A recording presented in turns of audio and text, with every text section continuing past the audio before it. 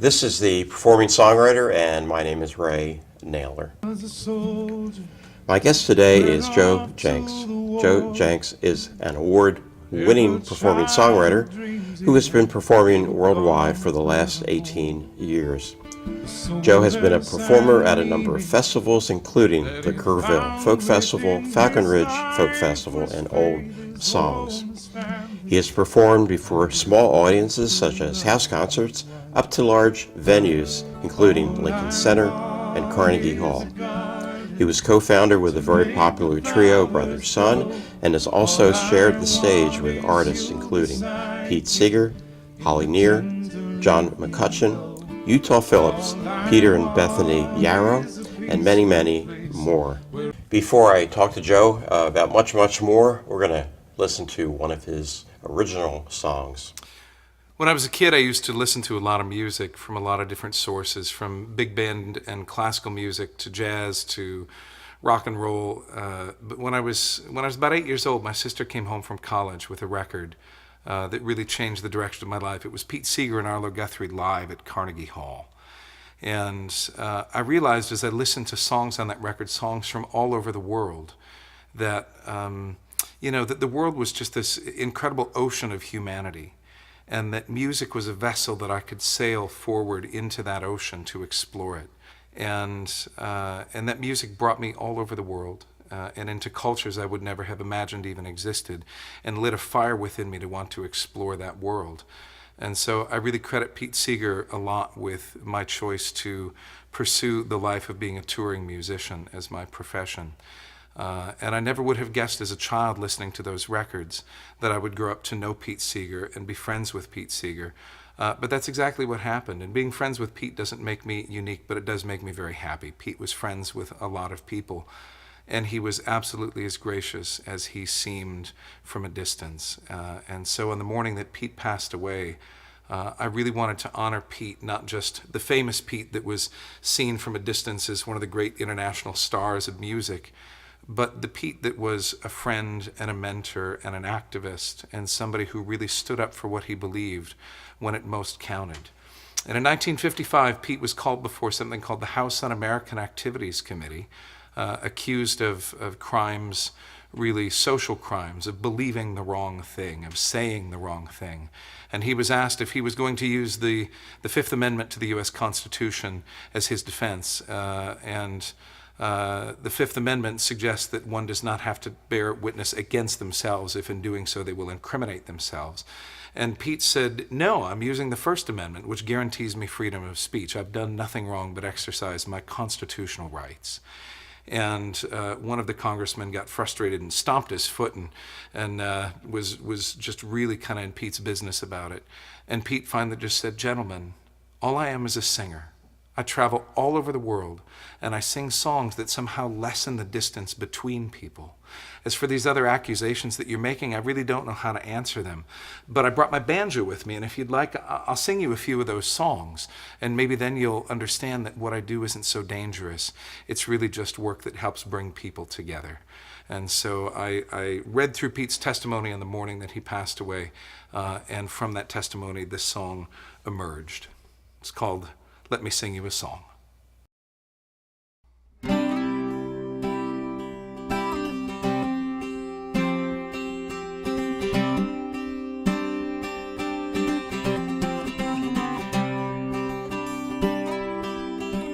You've asked me here to tell you about my neighbors and my friends, to talk about the who and what, the where and how and when.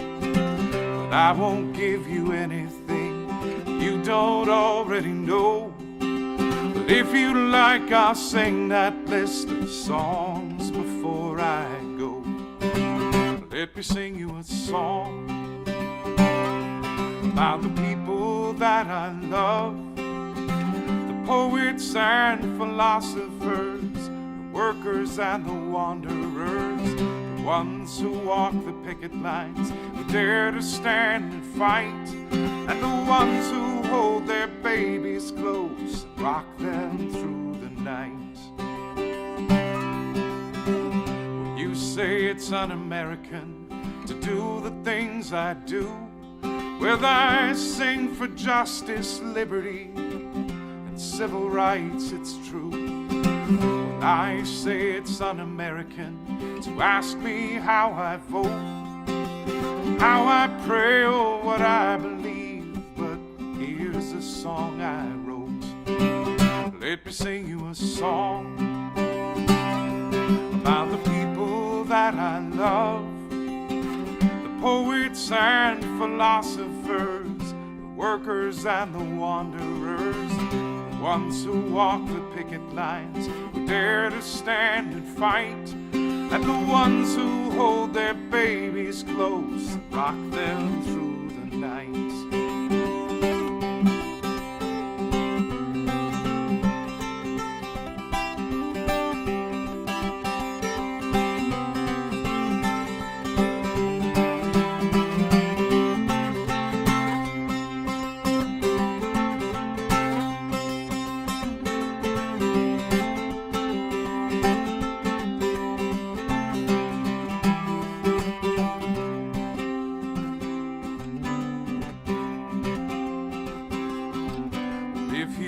To send me to prison, I guess that's the way it'll be, 'cause I won't give you fodder for your paranoid machine.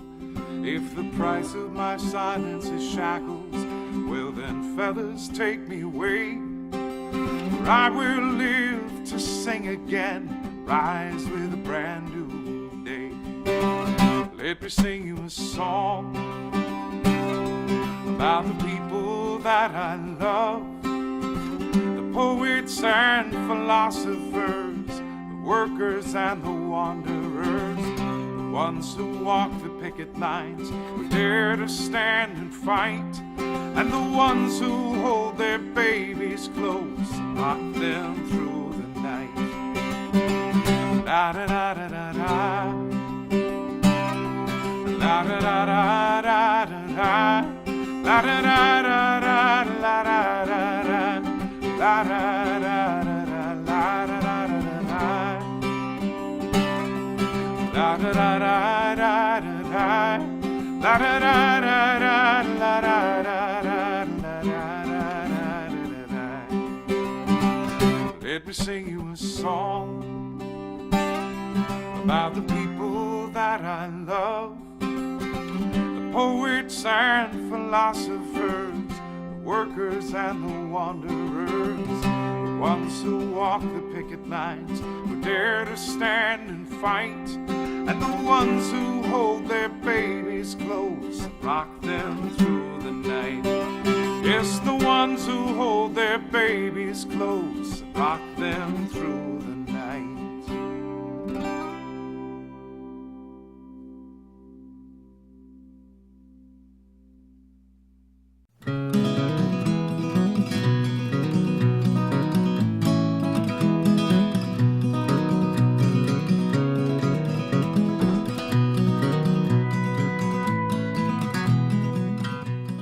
Joe, thank you very much for coming on. Pleasure to be here. Thanks for having me, Ray. That's a great song. Thank you. Thank you. Now that let me ask about that now. That's actually the title track to your CD. It is. There's a line in the song. The chorus says, "Let me sing you a song about the people that I love, the poets, philosophers, the workers, and the wanderers." And as I was stitching this most recent record together, I really had a hard time figuring out what to call it. It's always a tough thing when you put a record out. And I realized that this idea of poets, philosophers, workers, and wanderers really spoke to a lot of the characters in the songs that I sang, and that there's a narrative through line in the record that I don't know, that just seemed to address. And once it was all put together and I needed to pick a title, it was like, oh, bam, it kind of just rose to the surface and became self-evident. It's hard to know where to start with you because you've had so much experience. So what I want to start with is you, sometime way in the back, you were trained at a conservatory. So what I want to ask you is, how did you get from there to folky singer-songwriter stuff? Well, so what came before conservatory was folky singer-songwriter stuff. So that was actually the start. As I mentioned, I grew up listening to Pete Seeger records and folk music in general. There was a small folk club in my hometown, which is Rockford, Illinois. I live surprisingly only about 40 miles away from there now. It's it's amazing how life turns. In the interim, I've lived in, on the West Coast in Seattle, and I've lived in Cleveland and Cincinnati, and spent a whole lot of time as a touring artist in the last 20 years, all up and down the eastern seaboard. And somehow right now I'm living 40 miles away from where I grew up. It's just, it's kind of amazing how that happens. But there was a folk club in my hometown. It was called Charlotte's Web in Rockford, Illinois. And there were a lot of great musicians that came to Charlotte's Web, and my parents would take me to shows there. My older siblings would. I'm the youngest of 7 children in my family of origin, all of whom are very gifted musicians. I'm the only one that has pursued a life in performance, but one of my sisters, Jennifer, Jencks Conley is her name, and she is a full-time hospice musician at this point. She's a music therapist and counselor, and does a lot of great work. And so I was really born into an ensemble, and there were all kinds of musical instruments in the house and all kinds of records, ranging from Vivaldi's Four Seasons to Black Sabbath, Paranoid, and everything in between. And I listened to all of it. I had a voracious mind for music. But it was really the folk singers from Pete Seeger to Cat Stevens, that really captured my heart. Sally Rogers, I don't know if you're familiar with her work, but she and Howie Burson, I got some of their records pretty early on in my folk music development, so there were a lot of people that had an input on my cultivation of musical style, and by the time I was thinking about college, I was really clear that I wanted to study music if I studied anything at all, but what I really wanted to do was hit the road and be a full-time performer and songwriter. And my mother, God love her, was absolutely insistent that I go to conservatory. She said, if you're going to be a musician, do it all the way, show up and do it all the way. And it was such a gift because I know so many people who really had to fight their parents. I graduated with a degree in vocal music performance, of which I was very proud, but, I hit the open job market with a shingle and singing and found out it wasn't worth a whole bunch in the grand scheme of things in terms of, translating into direct economic value. What it was worth was the experience that I had in theater and in stagecraft, in stage presence, in oratory, in learning how to learn music. How to learn a piece of music very quickly, because sometimes you'd be handed a thing one day and be on stage performing it 2 days later. And so I really learned a lot in school. I went to Millikan University, which is in Decatur, Illinois. It was founded as a conservatory and later opened up to be a wider college. But when I was there, it was still almost 70% of the student body was there for performing arts. And it was just a complete gift. But then I knew I really wanted to hit the road. So I left university with a master recording of my first record, The Phoenix. And I moved out to Seattle, and I sort of checked out 10 different cities around the United States to figure out which city really felt like it had the best community for me personally. And Seattle turned out to be the right place for me. And then I kind of went to grad school in the clubs and on the streets of Seattle and really learned how to translate a conservatory education into something that was more useful to me in a more pragmatic sense as a working musician, how to supplement the knowledge I had already been given with knowledge of music business and knowledge of booking and promotion, and how to translate skill into income, basically. And it was a gift. I'm so glad that I'd landed in Seattle of all the places I could have landed, because I was a very timid person at the time. And I think if I had gone to one of the big music cities, I think I would have just been eaten alive. And Seattle was a gentle enough place for me that I could sort of rise and grow at my own pace. And then I would say I was maybe 27 when I hit the road full time. Okay. Yeah. Now, a lot of your songs are songs, I would say, we might call them social conscious songs. Where do you feel that you fit in with people like Pete Seeger and Phil Oakes and Tom Paxton and Charlie King and other people currently whose names are leaving me right now? But where do you fit in that whole, in a sense, genre? Well, I would definitely think of myself as an artistic child or grandchild of many of those folks. I'll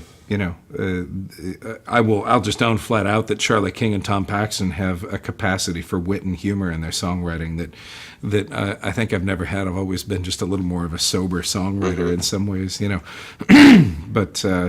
It's not that I don't appreciate really humorous songs. I envy them. I wish I could write them, but I have always been drawn into a more linear narrative of things. But somebody asked Pete Seeger once, how come you don't write more love songs? And Pete laughed and said they're all love songs, And sometimes I've had moments on the left where I wanted to sing a love song, and I felt like people were reticent to receive it because what they wanted was rhetoric about rah rah up with the team, And the motto of the labor movement was bread and roses. It was the motto of the women's suffrage movement was bread and roses. Like give us bread, but give us roses. Give us the substance and the meat and the things that we need out of life.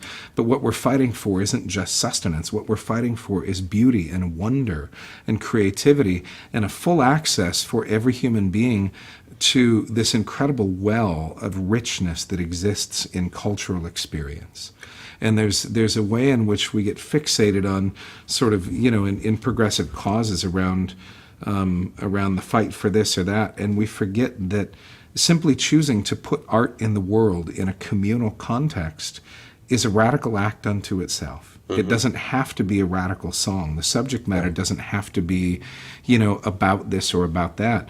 Simply gathering together in a room with people to participate in live music or to view art that people have created is a powerful kind of revolutionary act unto itself.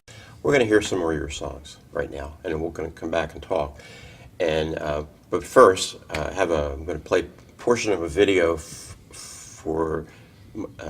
of my next guest, the next show, and his name is Young Sam. Wait a minute, make sure I get his name. Young Sam James, I almost said Jones. Young Sam James. He plays guitar, banjo, accordion, and he plays them all very well, and which means that I don't like him. No. He kind of reminds me a little bit of a young Arla Guthrie in some ways. So he'll be here in a couple of weeks. And the name of this particular song is actually called Blue Workers. So we'll listen to some of that, and Joe will be back with 3 more of his songs.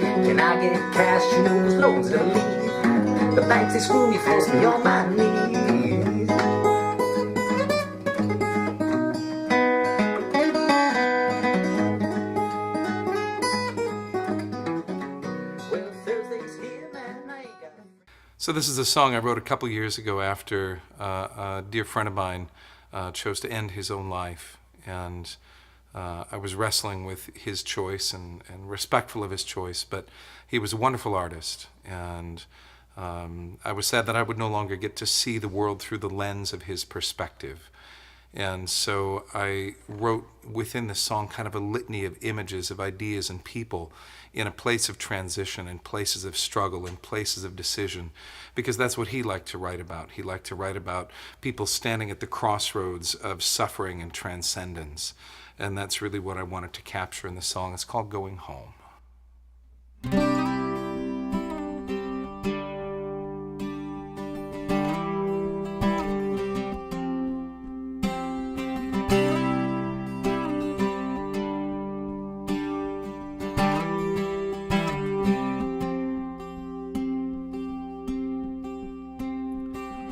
A song for the sailor lost out to sea, a song for the mother who always will grieve, a song for the soldier who lays down his life, a song for the woman who once was his wife.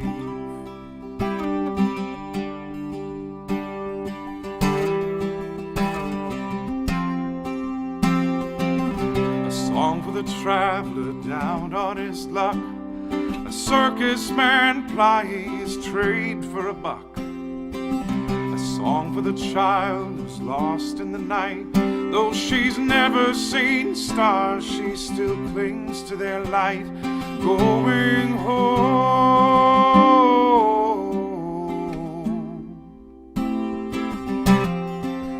going home.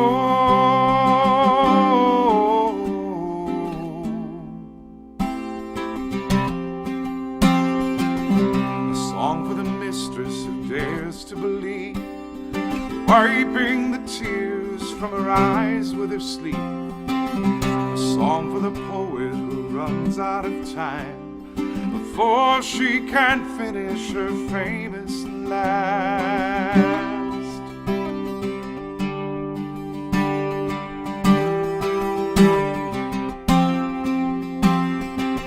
A song for the miner who digs out the coal, dreams of a life somewhere far from this hole. A song for the rebel who gave up the fight, haunted by guilt, cause he still knows he's right, going home,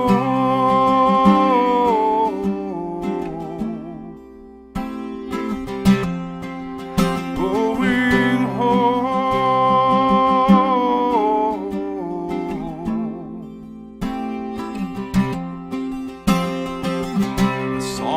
Lovers who never will meet, star-crossed and stumbling out on the street. A song for the preacher down on his knees, praying for answers he never quite sees. A song for the ones who run into the fire to put out the flames of this world on its pyre.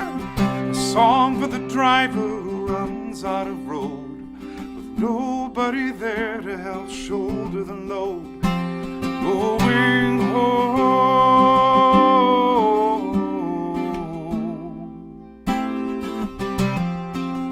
going home.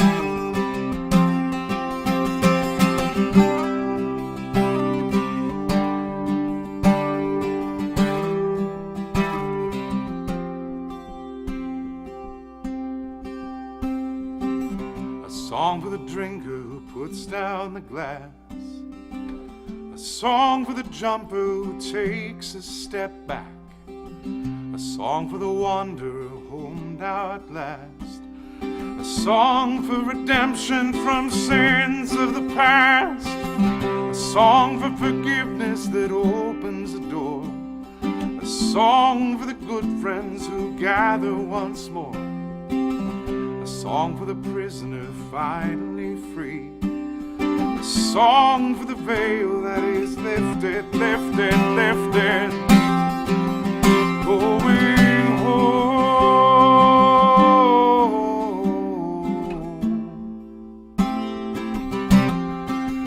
going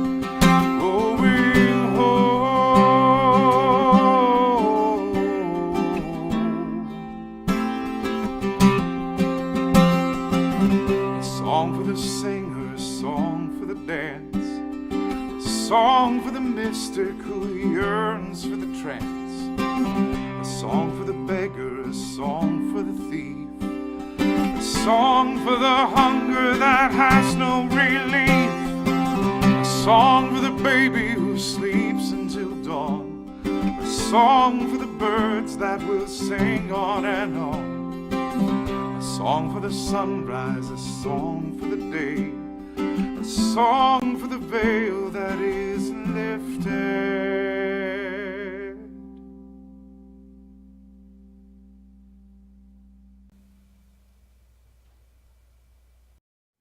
For the last several years, I've had the opportunity to be the songwriter in residence for a program in Spokane, Washington called Warriors Heart to Art. We bring visual artists and musicians together to work with veterans from all the branches of the service, women and men alike, combat veterans, service veterans from lots of different eras, to just tell their stories, mostly to each other. But as artists, we put our tools in their hands so that they have more opportunity to share in different ways their experiences. And then at the end of the retreat, we have an art show and a concert, and we invite the public in to bear witness to their experiences. And some of them are astonishing, some of them are horrific, some of them are inspiring.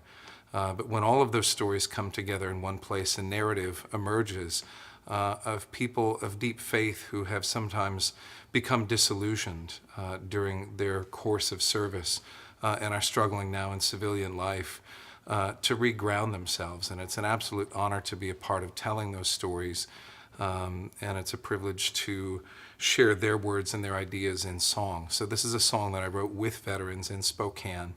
But it really is their ideas and their thoughts, and they just gave me permission to turn it into a song. It's called One Piece at a Time.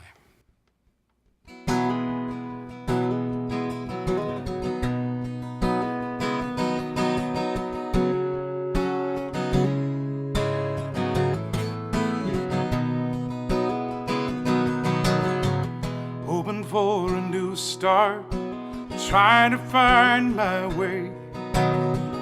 Little bit of rebellion mixed with adventure far away.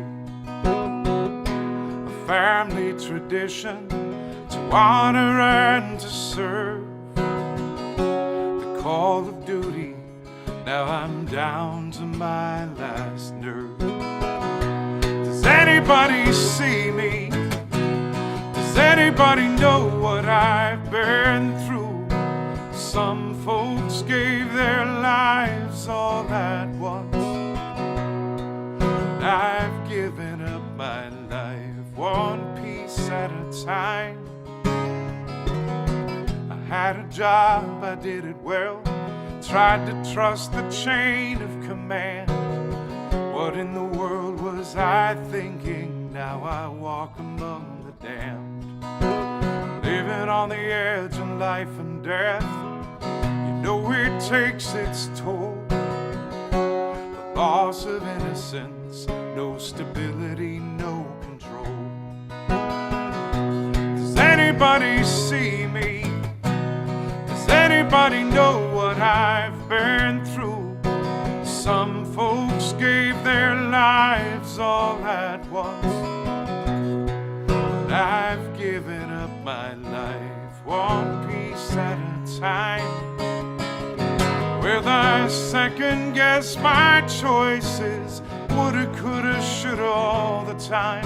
But on sleepless nights that doesn't help to find a reason or a rhyme.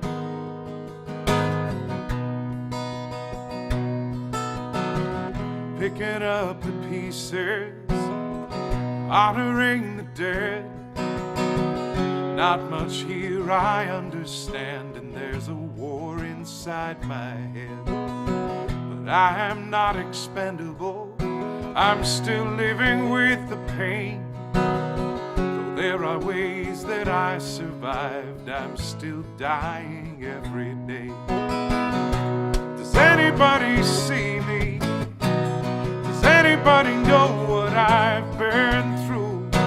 Some folks gave their lives all at once, but I've given up my life one piece at a time. So that was the point where I took the song back and I gave it to the veterans and I said, how does it feel? Has it accurately reflected your experiences, your stories? And they all said, yeah, that it really had sort of captured what they were trying to say, the idea of feeling disappeared as they come back into civilian society. But a little bit later that afternoon, a young man who'd served 4 tours in Afghanistan came up to me. And I knew that I was in trouble because he'd spent the entire retreat either out on the porch smoking cigarettes or mostly looking at his own shoes. And he walked up to me and looked me square in the eye. And he said, "The song's not done yet." And I said, "Well, what does it need?" He said, "I don't know, you're the songwriter." And I said, "Well, obviously it feels like it's missing something. What's it missing?" And he looked at me and he just said, "Hope. It's missing hope. I need to know that the future has more power over my life than the past."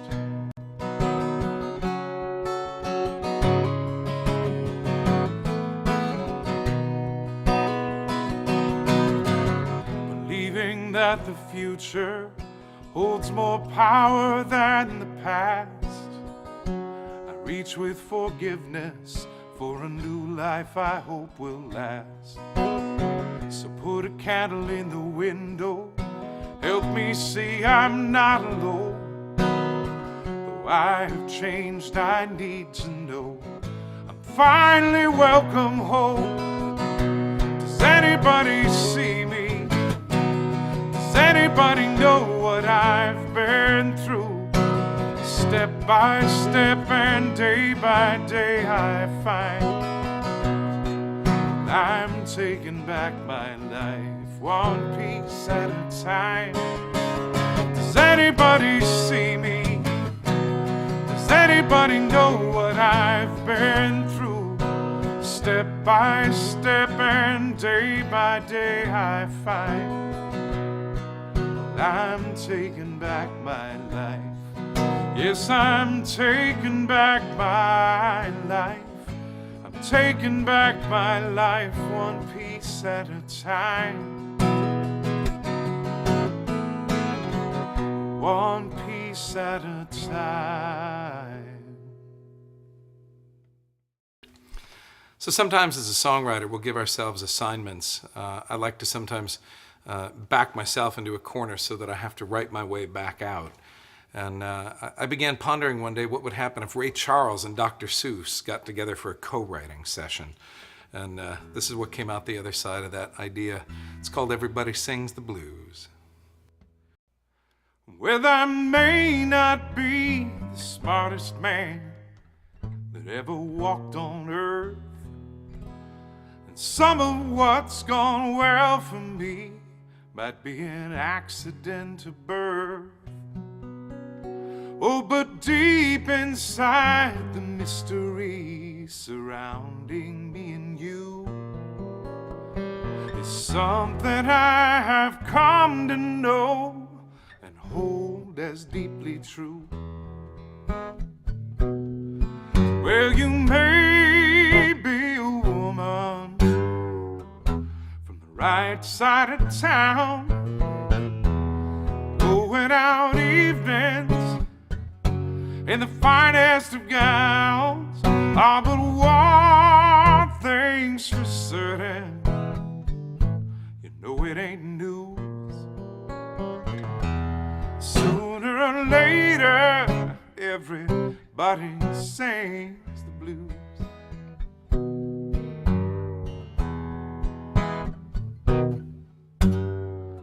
Well, you may be erudite or a real cool cat, high-priced jet setter, going this way and that. Ah, but one thing's for certain, no matter the shoes, sooner or later, everybody sings the blues. Oh, lonely, we all get lonely sometimes.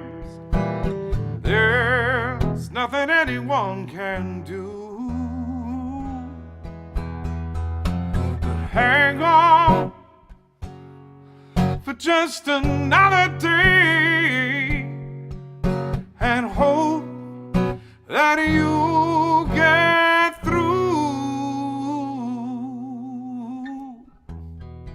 You may be ironic, you may be a clown, you may swear that you'll never wear your smile upside down. Ah, but one thing's for certain, whether you win or lose, sooner or later everybody sings the blues. Yes, one thing's for certain, you know it ain't news. Sooner or later everybody sings the blues. Sooner or later everybody sings the blues.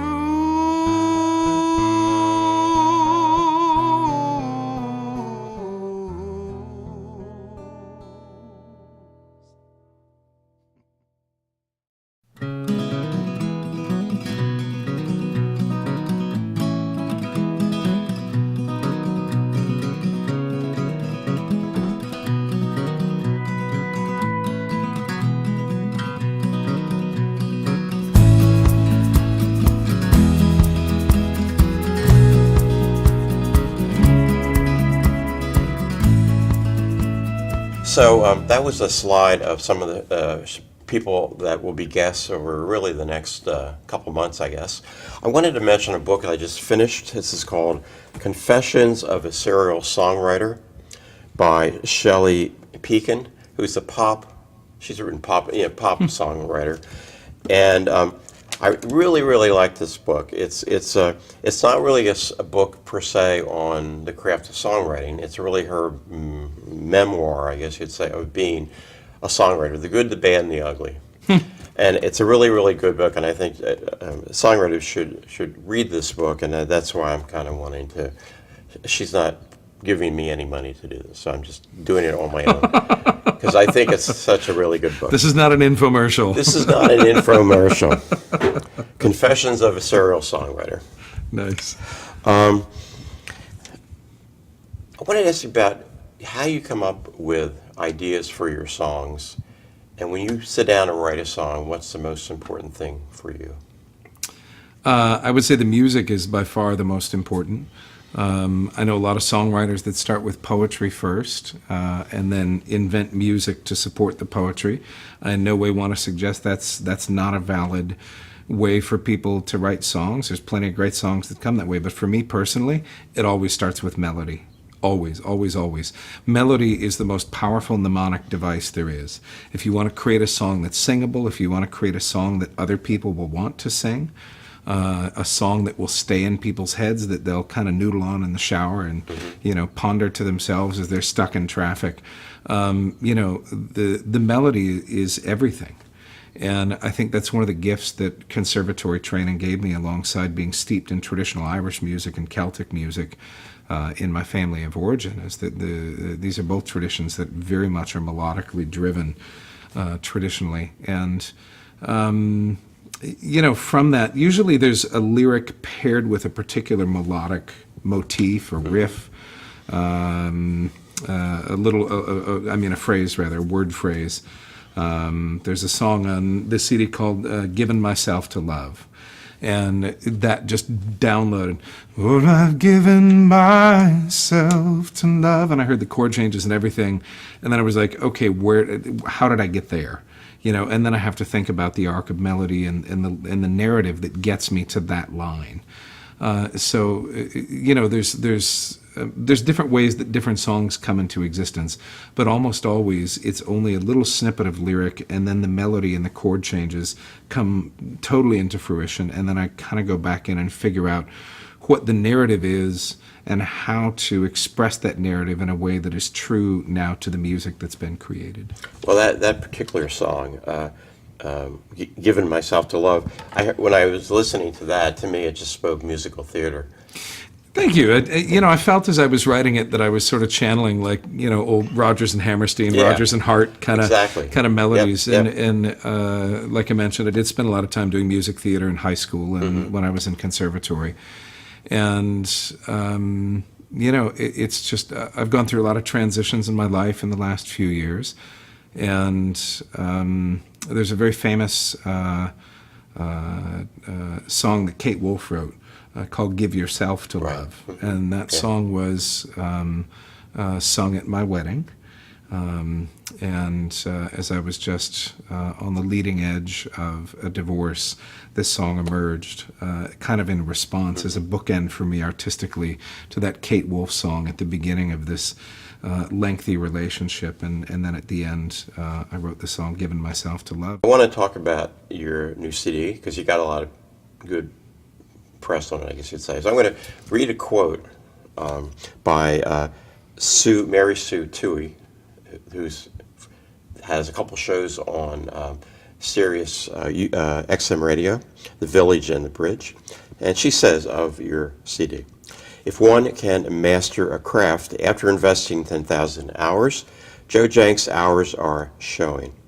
I'm literally stunned by this new album. Poets, philosophers, workers, and wanderers tells our stories, his stories, and the untold stories as an American folk master can, with heart and unfettered perfection. In this recording, Joe Jencks opens all the doors and windows of his traditional Celtic and blues voice. It is his best recording yet. Add this one to the folk canon. Tell a little bit about anything you want about the album, but also the fact that you've gotten some nice response to it. Well, this is a record that I was working on over parts of 3 different years, and it's songwriting that spans almost 8 years of my life. As you mentioned earlier, I've been a part of a trio with my bandmates Greg Greenway and Pat Richter called Brother Son, and so I was working on this record concurrently with other projects and a whole lot of touring with the trio and solo touring, and as I mentioned, a lot of transitions in my personal life. So this was a very protracted process working on this record. But it allowed me to be very intentional about everything that's on the record. Sometimes you hit the studio and you're in a hurry because you have a deadline. You want to get it done before this event or that event, or you're sort of stuck in a train that's moving that you can't figure out how to get off of. And this record, it was so intentional. There are orchestral arrangements, strings and horns on here, and I got to take my time and arrange for those instruments. There are a lot of great guest musicians, Reggie Harris, Issa Barnwell from Sweet Honey and the Rock, Tret Fury, Edie Carey, John Carroll, wonderful keyboard player. The group Harpeth Rising is on here. They're helping me with the string arrangements.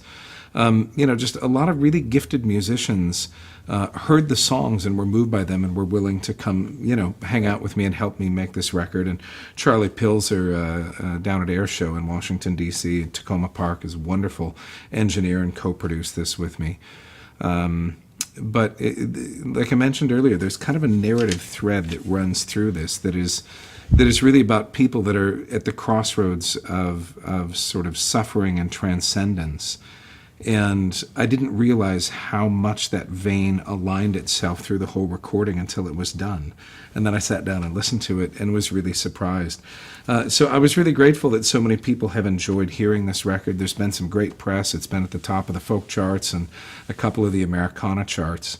But mostly after several years of working on it, I'm really satisfied that the record is out in the world and that the songs can live in people's hearts now in a new way, because we create something in the laboratory environment of the studio, and your truest hope is that when it goes out into the world, when it flies into the world, that it really lands in people's hearts. And so the press and the radio play and all of that is not about itself. It's just it's sort of like the meter on the needle on a meter. It's just a gauge of whether or not the art is touching people where they need to be touched. And so I just have a tremendous sense of gratitude to all of the people that helped make this record with me, and in particular to the DJs out there that are willing to listen to independent music and put it on the air.